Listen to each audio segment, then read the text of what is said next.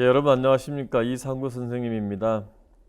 오늘 2021년 4월 17일 시행한 국가직 9급 국제법 기출문제 해설 강의를 시작하도록 하겠습니다. 나오시는 표정들이 좀 밝았다고 그러던데 국제법 시험 문제를 보고 조금 저도 놀랐습니다. 올해가 마지막 시험이고 또 작년에 문제 어렵게 좀 나와서 또 7급도 좀 어려워지는 추세여서 좀 어렵게 나올란가?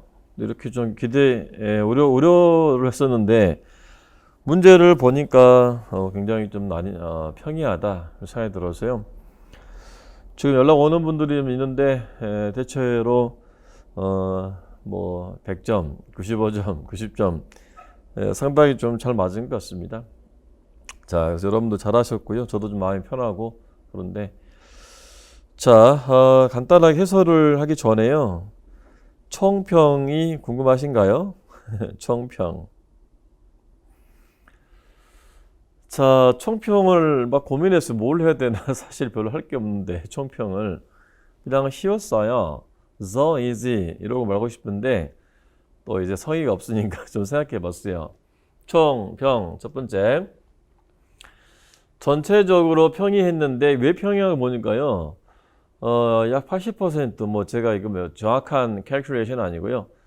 대체로 보니까 80% 이상은 기출에서 나왔다 이런 생각이 좀 들어서 한 17개 정도? 16개 정도까지는 규정 기출에 나온 것 같아요.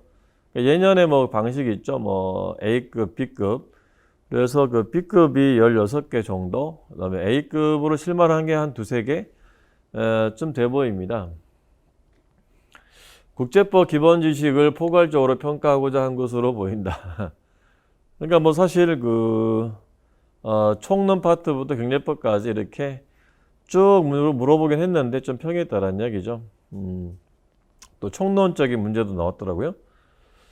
세 번째, 판례는 보통 판례 자체를 묻기도 하는데 올해 시험에서는 그런 게 안 보이고요. 또 작년 7급에서 나왔던 것처럼 뭐 판례 명칭을 뭐 묻고 그런 것, 판례 명칭하고 판례 내용하고 연결시키는 문제 안 보이시죠? 그런 문제가 안 보이더라고요. 대신 그 판례에서 제시된 논점이 특정 판례에서 제시된 논점이 나온 게 한 두세 개 정도 되는 것 같습니다. 다음 네 번째 보면은 조약문 자체보다는 조약의 내용에 대해서 질문하였다. 그러니까 보통 문장이 막 되게 작년에 되게 길었고 되게 길게 나오면서 조약문이 나오고 그랬는데 올해는 그런 문제도 안 보이더라고요. 그냥 조약에 있는 내용을 좀 이렇게 정리를 해서 낸 것 같고요. 그 다음 모든 시험에 변별력을 위한 문제가 들어가잖아요. 제가 좀 보기에는 결정적 기일 관련 판례 문제 5번 문제, 나체형 5번 문제인데 걔하고요. 그 다음 죄악법 협약 적용 문제가 있었는데 15번에 여기에 조금 시간을 좀 잡아먹지 않았을까 그런 생각이 좀 들더라고요. 어려운 문제는 아닌데 좀 처음에 딱 봤을 때 시간을 좀 잡아먹을 수 있는 그런 문제 같았어요. 자, 그럼 1번부터 간단하게 해설을 좀 들어보도록 하겠습니다. 뭐 제가 준비한 것은 나책형인데요. 홈페이지에 나책형만 떠 있는 것 같았는데 모르겠습니다. 자, 1번부터 가보겠습니다. 국제법에서 의미하는 현대 국제사회의 특징으로 옳은 것은 국제사회 재판기관은 원칙적으로 강제 관할권을 갖는다. 반대말은 의무 관할권입니다. 임의 관할권을 갖는다. 틀린 것이고요. 강제 관할은 일방적으로 제소해도 재판이 진행되는 건데 국제법에서는 기본적으로 이렇게 합의가 있어야 되는 거죠. 합의에 기초한 것을 임의 관할권이라고 합니다. 임의 관할권. 자, 두 번째, 국제사회는 수평적, 분권적 구조로 되어 있는 국제공동체로 이루어져 있다라고 되어 있는데요. 수평적, 분권적인 구조, 이건 뭐 세계 정부가 없다라는 뜻이에요. 그리고 국제공동체, 법공동체라고 볼 수가 있는 것이죠.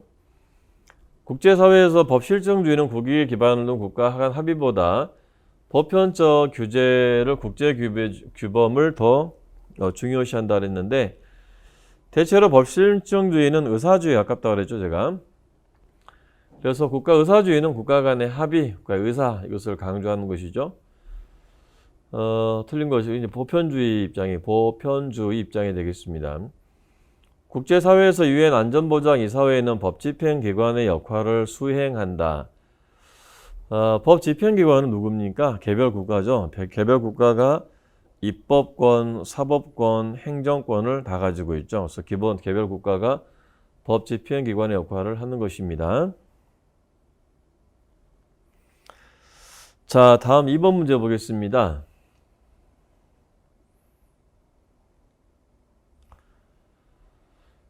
예, 국가의 기본적 권리 의무에 대한 설명으로 옳지 않은 것은 유엔 헌장에 따르면 모든 유엔 회원국은 제55조에 명시된 목적을 달성하기 위해서 유엔과 협력할 것을 약속하고 있다. 55조는 그 인권 존중을 촉진하고 장려하는 것에 대한 것이고요. 자결권을 갖는 민족에 대해서 압제급 무력 행사하는 경우 제3국이 해당 민족을 군사적으로 지원해도 이는 압제국 국내 문제의 불간섭 원칙을 위반하지 않는다. 이게 이제 무력 사용 금지 원칙을 위반하지 않는다는 논쟁이 될 수가 있는데, 민족 자결권 문제는 이것은 국제 문제이지 국내 문제가 아니에요. 따라서 최소한 국내 문제 불간섭 원칙을 위반하는 것은 아니죠. 3번 유엔 헌장에 따르면 제7장의 규정은 강제 조치에 대한 거죠.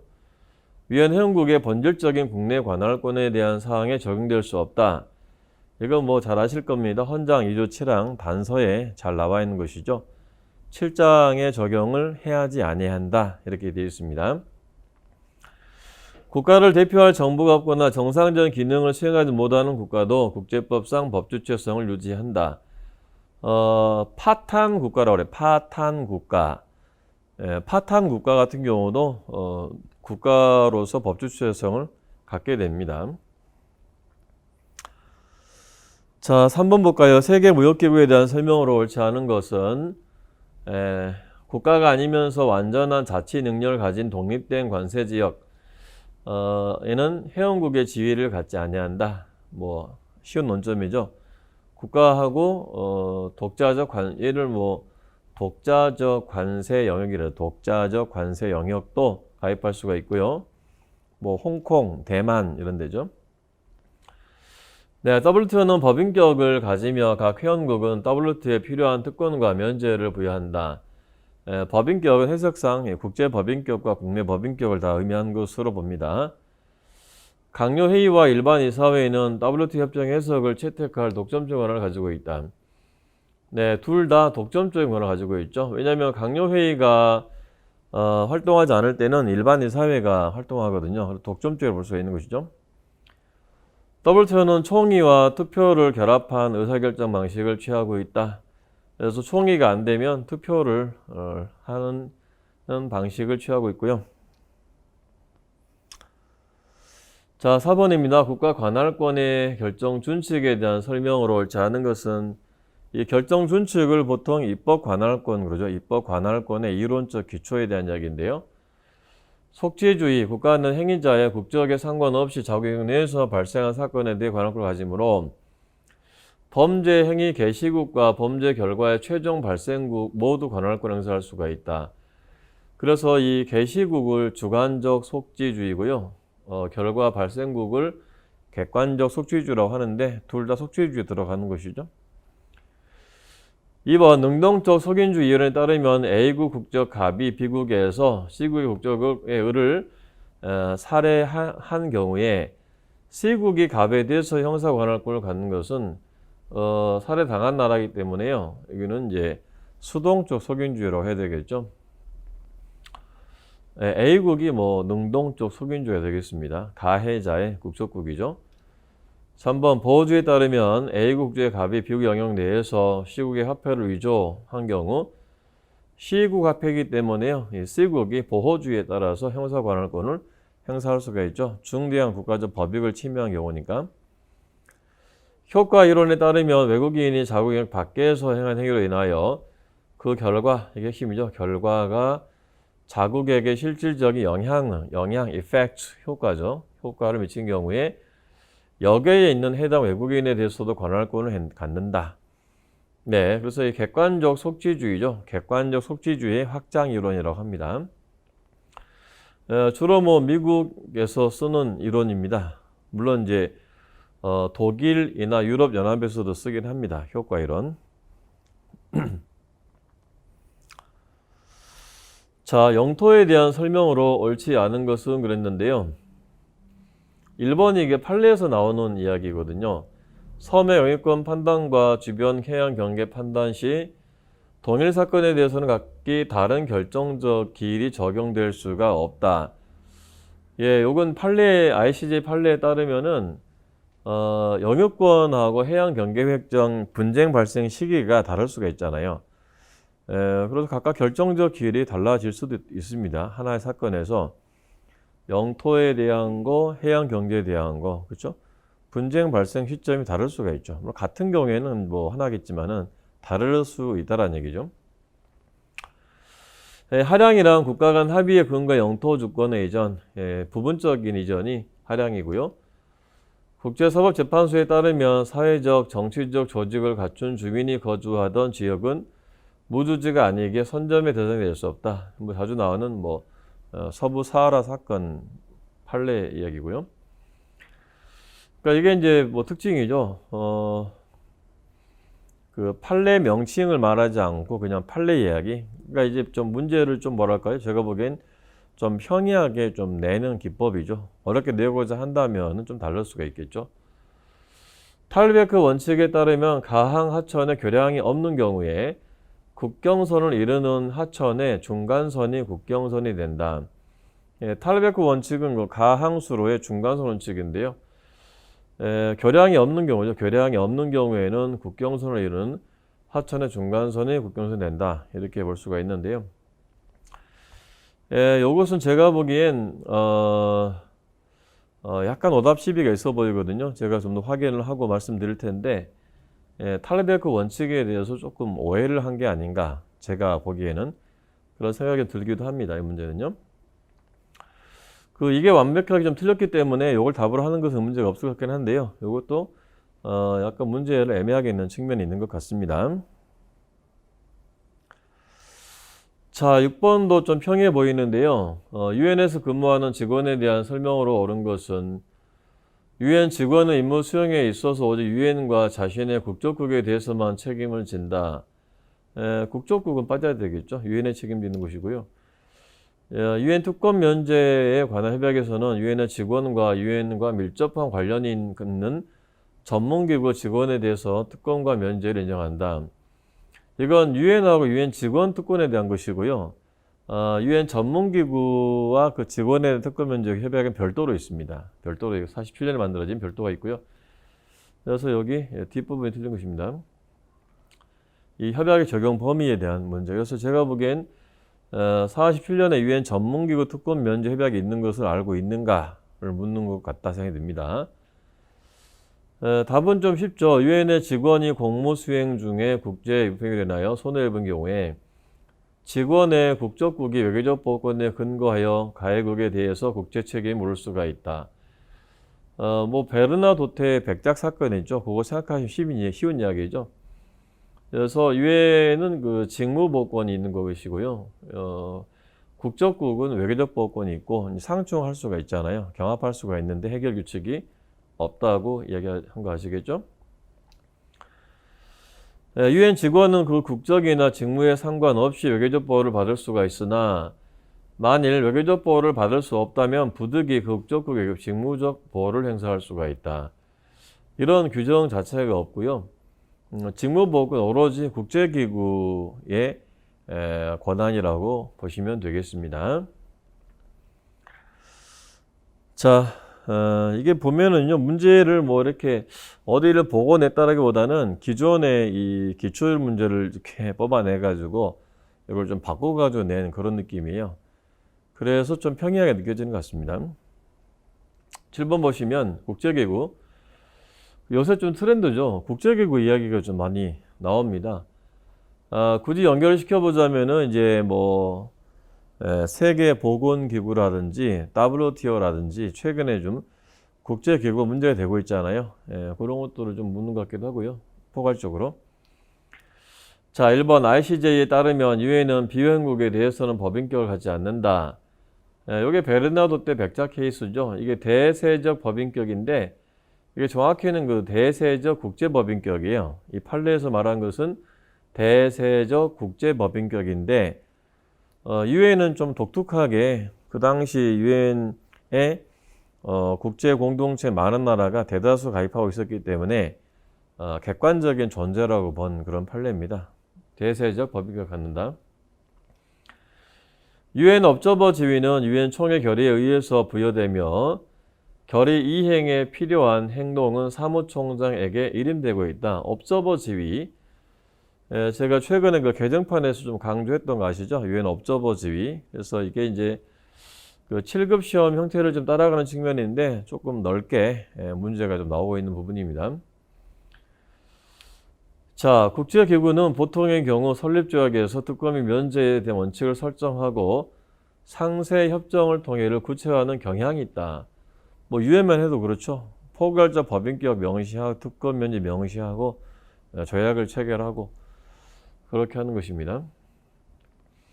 4번 국제기구 개별국가의 국내 법원의 재판 관할 면제를 향할지라도 위법행위에 대한 국제법상 책임까지 면제되는 것은 아니다. 이건 뭐 국가도 마찬가지죠. 면제가 되어도 책임은 잔존하게 되죠. 자, 다음 고문방지협약인데 인권조약이 자주 나오는데 고문방지협약이 강론으로 나온 것은 좀 처음 같기도 하는데요. 문제는 어렵지 않아 보입니다.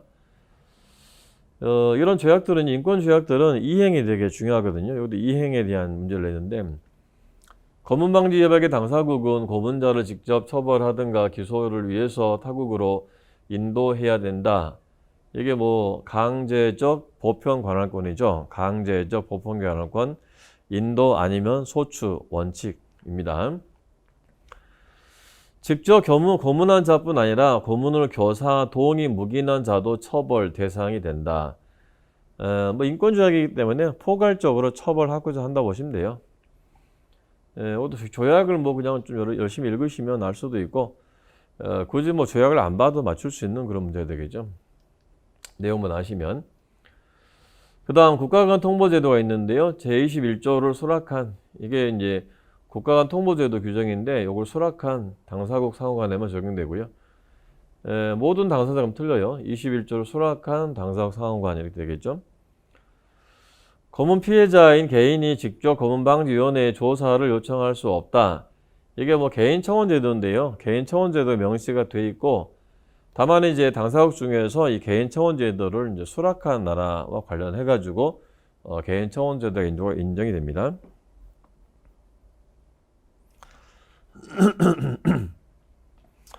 네, 약간 응용 문제입니다.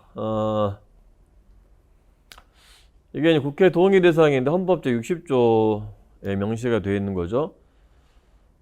해양 경계 획정, 재판소 관할을 인정하는 조약, 대량 살상무기 생산 시설 통제, 당국의 핵실험 금지와 현장 사찰로 규정한 조약. 공통되는 것은 딱 보니까 쉽죠, 그죠? 열심히 내셨는데 너무 쉽게 내셨어요. 제가 설명할 게 별로 없어 보입니다. 우리나라의 그 비준 동의를 받는 조약이니까 우리나라 법률과 같은 효력을 갖는 조약에 대한 것이죠. 정식 조약. 자, 10번 보겠습니다. 국제법상 개별 국가의 주권 또는 주권적 주장이 인정되지 않거나 주권 분쟁을 동결한 영역 또는 대상에 해당하지 않는 것은 네. 자, 요건 뭐 얘가 들어가 있어 가지고 좀 그 시험장에서는 내가 안 본 거 있네 이럴 수도 있는데요.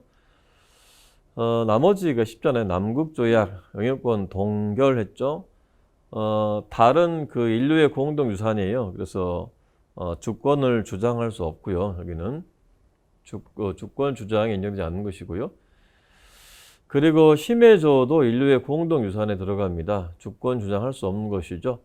그래서 1번, 2번, 3번은 우리가 정확히 아는 것들이기 때문에 4번 중앙북극해 비규제 방접정상 북극해 해양생물자원 여기에서는 생물자원 이제 그에 대한 이용과 보존에 대한 조약이고요. 이걸 뭐 금지하거나 제한하는 것은 아닙니다.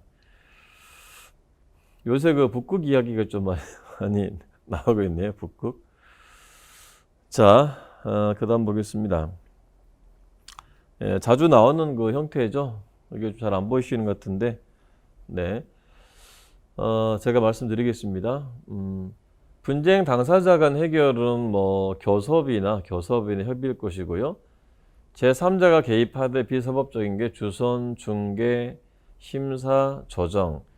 이 비서법적이란 말은 구속력이 없다라는 이야기고요. 그다음 사법적은 구속이 있는 것이니까 뭐 중재 재판이나 사법 재판 이렇게 되겠습니다.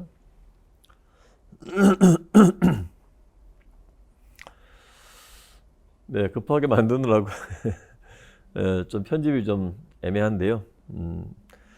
자, 난민에 대한 설명을 옳은 것은 난민협약상 난민에는 내전으로 인한 국내적 실향민, 실향민은 난민이 아니죠. 영토국을 떠나야 되는 것이기 때문에 난민주의협약의 체약국은 난민에게 원칙적으로 외국인에게 부여하는 대우와 동등한 대우를 부여해야 된다. 원칙적으로 그 최애국대 원칙이고요. 물론 이제 내국민 대우가 되는 것도 있고요. 또 시간이 한 3년 지금 경과하면은 내국민 대우를 할 수 있는 경우도 있습니다. 자, 난민 신청자는 박해받을 공포가 있음을 객관적 증거에 의해서 주장 사실 전체를 증명해야 한다라고 되어 있는데요. 이건 우리나라 그 난민 관련 판례들을 읽어보게 되면 나오는 이야기인데, 제가 그 해설 준비하면서 그 판례가 기억이 나던데, 이게 이제 공포가 있음을 객관적 증거에 의해서 주장 사실 전체를 증명해야 된다 그랬는데, 그게 아니고요. 내가 무엇 때문에 내가 공포를 느끼고 있는가에 대해서만, 아시겠죠? 그러니까 공포 자체에 대해서만 입증을 하면 돼요.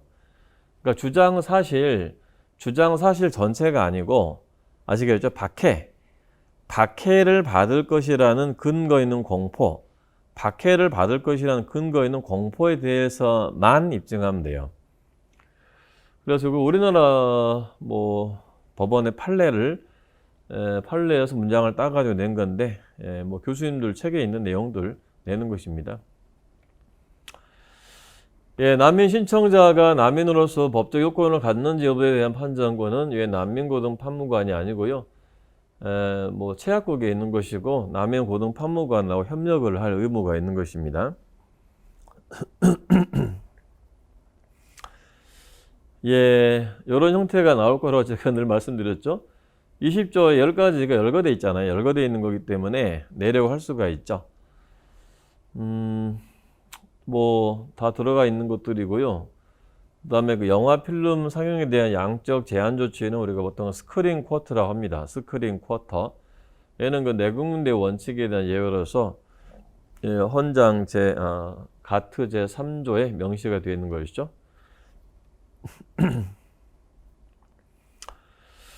그 다음에 ILC인데요. 국제 위법행위에 관한 국가 책임 초안 해석사항과 행위로 기록되지 않는 행위는 특수 업무를 수행하도록 정부로 지시를 받은 민간인, 사실상의 국가기관이고요. 귀속이 됩니다. 공공당국 부재시 공권력 행사가 요구되는 상황에서 자발적으로 행한 주민단체 행위, 여기 이제 뭐 초안 제9조에서 규정되어 있는 것이고, 이건 작년 9급에서 나왔었죠. YEHER, YEHER 케이스가 있습니다. 예걸. 이제 써드려야 될 것 같은 부담감 느껴지는데,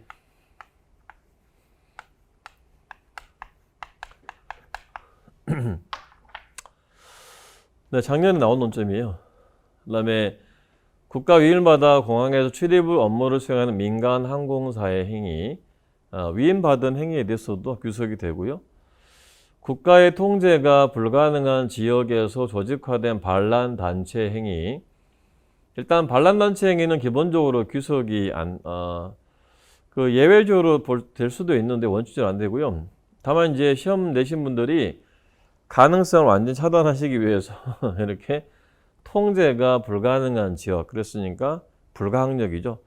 얘도 그 작년에 나온 작년에 7급에 나온 논점이네요. 불가항력. 인위적인 불가항력에 들어갑니다. 자, 15번입니다. 제가 읽어드릴게요. 여기 제가 요건 진하게 안 칠해가지고 죄송합니다. 네, 조약법에 관한 비례 합의약 69년 채택 80년에 발효 적용되는 조약을 보기 위해서 모두 고르면 출제자 교수님들께서 굉장히 이제 야심차게 낸 문제라고 생각이 되는데 아주 잘 내주셨습니다. 제가 보기에는. 네, 읽어드릴게요. 보기 1. A, B 국가 조약법에 관한 비엔나 협약의 69년 서명 및 비준한 국가. C. 조약법에 관한 비엔나 협약의 83년에 서명 및 비준한 국가. 나중에 가입을 한 거죠. 바로 이후에 80년 이후에. D. 조약법에 관한 비엔나 협약에 서명한 미비준국. 서명하고 비준 안 했어. 당사자가 아니겠죠. E는 서명도 안 한 국가. F는 국제기구. 자, A, B국 간에 70년 서명되어 발효한 양자조약. 70년에 발효가 됐으니까 조약법 협약이 발효되기 전이잖아요. 적용 안 될 것이고, A국과 C국 간에 82년 체결한 양자조약. A국과 C국 간, 근데 C는 당사자가 아니기 때문에 안 들어가겠죠? 안 되고요. A, B, C국 간 84년 체결한 다자조약은 들어갈 것이고요. 뭐 조약은 양자, 다자 가릴 것 없이 다 들어갑니다. 그 다음 BD 간의 조약법에 관한 비엔나 협약이 적용됨을 잡칙에 규정하여 70년에 체결한 양자조약. 이건 쉬운 이야기입니다. 양자합의죠. 양자합의에 의해서 조약법 협약을 적용할 수가 있어요.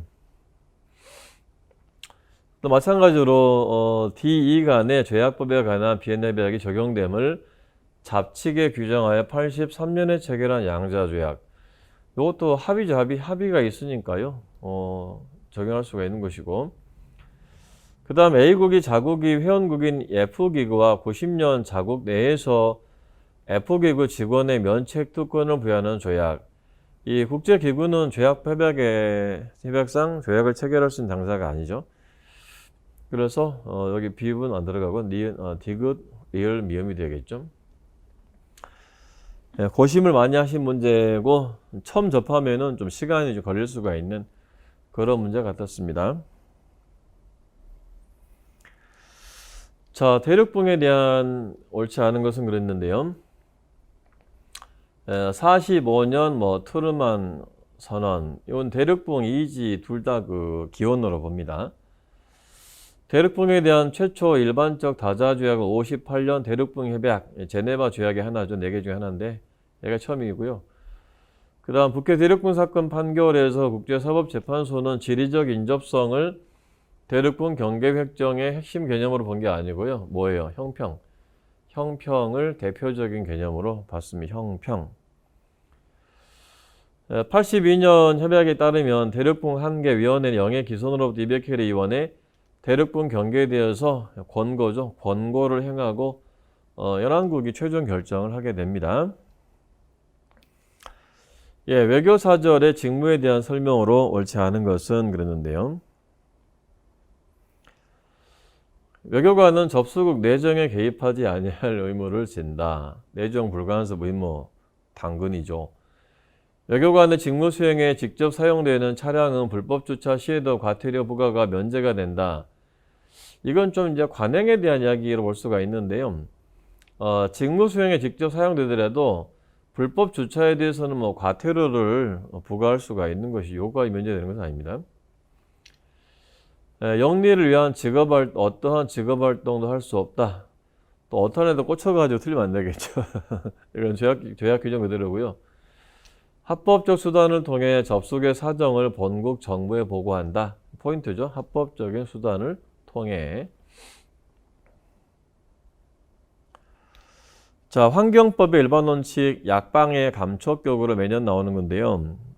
쉽게 나왔습니다.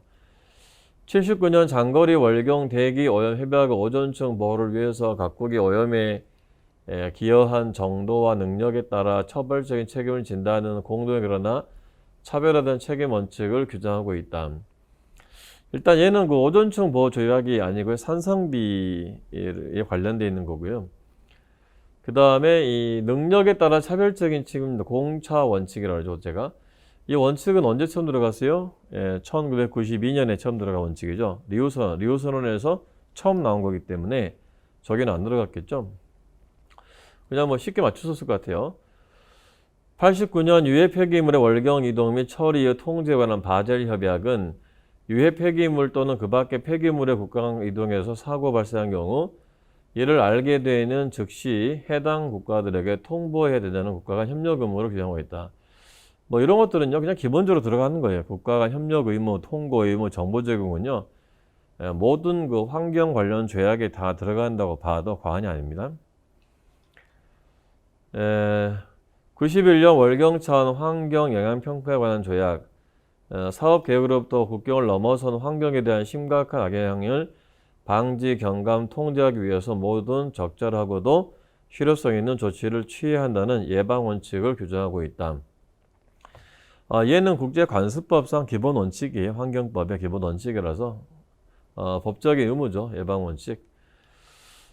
다 들어가는 기본적으로 들어가는 원칙입니다.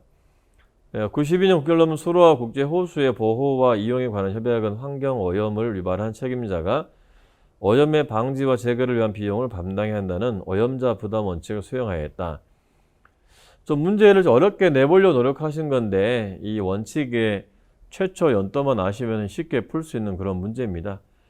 뭐 이런 그 3번, 4번 이런 조약들은 좀 낯선 조약일 거예요. 이런 조약들은 문제 어렵게 느끼게 하려고 내는 경우가 많습니다.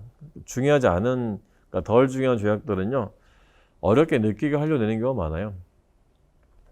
물론 이제 공부를 하고 들어가면 당연히 좋은 것이고, 이런 그 최근 조약들, 비교적 최근 조약들도 다 체크를 하면 좋겠죠.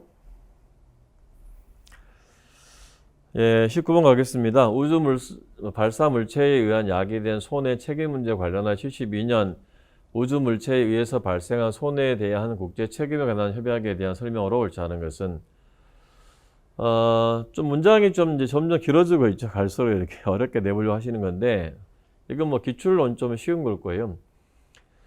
지구 표면은 왜 이외 영역에서죠? 지구 표면 이외 영역이죠. 우주 공간이죠. 그러니까 발사국의 우주 물체가 다른 발사국 우주 물체에 손해를 끼친 경우 요때는 그 과실 책임이에요. 그래서 과실이 있는 경우에 발사국이 책임을 지는 것이고, 손해를 입은 국가에 중대한 과실로 손해가 발생하였다고 발사국이 입증할 수 있으면 그 범위 내에서 발사국의 책임의 면제. 뭐 과실상계 원칙이 되겠죠. 과실상계. 손해가 유엔 헌장이나 휴일년 달과 기타 천체를 포함한 예기권의 탐색과 이용에 있어서의 국가 활동을 규율하는 원칙에 관한 조약을 포함한 국제법과 일치하지 않는 발사국의 활동 결과로 야기된 경우 손해가 피해국의 과실에 의한 것이라 할지라도 책임은 면제되지 않고 완전한 배상 책임을 진다. 네, 일단 먼저 국제법 위반되는 우주 활동이잖아요. 그래서 피해국의 과실이 있다고 해도 완전한 책임을, 절대 책임을 져야 됩니다. 얘도 뭐 기출론 좀 더 모은 거예요. 4번 손해에 대한 배상 청구 이전에 청구국은 국내적 구제를 완료하지 않아도 된다. 국내 구제 완료 원칙이 뭐 명시적으로 배제가 되어 있죠. 신속하게 권리 구제를, 피해 구제를 해주기 위한 것이겠죠. 자, 20번 봅니다. 권고도 의견, 얘도 쉬운 문제인데요. ICJ는 소송에서 재판 당사자가 될 수 있으나 법률 문제에 대해서 권고도 의견을 요청할 수 없고요. 국가는 할 수 없죠. 다만 국가는 뭐 참여를 할 수가 있죠. 이 사건에. 총회 안보를 이루는 어떠한 법률 문제 관하에도 권고도 의견을 요청할 수가 있다. 그렇습니다. 모든 법률 문제가 되겠고요. 총회가 권고도 의견을 요청할 수 있는 권한을 부여한 유엔의 다른 기관 및 전문기구는 자신의 활동 범위에 속하는 법률 문제에 대해서 그렇죠? 예, 자신의 활동 범위에 속하는 법률 문제죠. 요청할 수가 있는 것이고 총에 의해서 자격이 부여된 사무총장은 유엔 활동 전반에 속하는 법률 문제에 대해서 권고적 의견을 요청할 수가 있는 게 아니고요.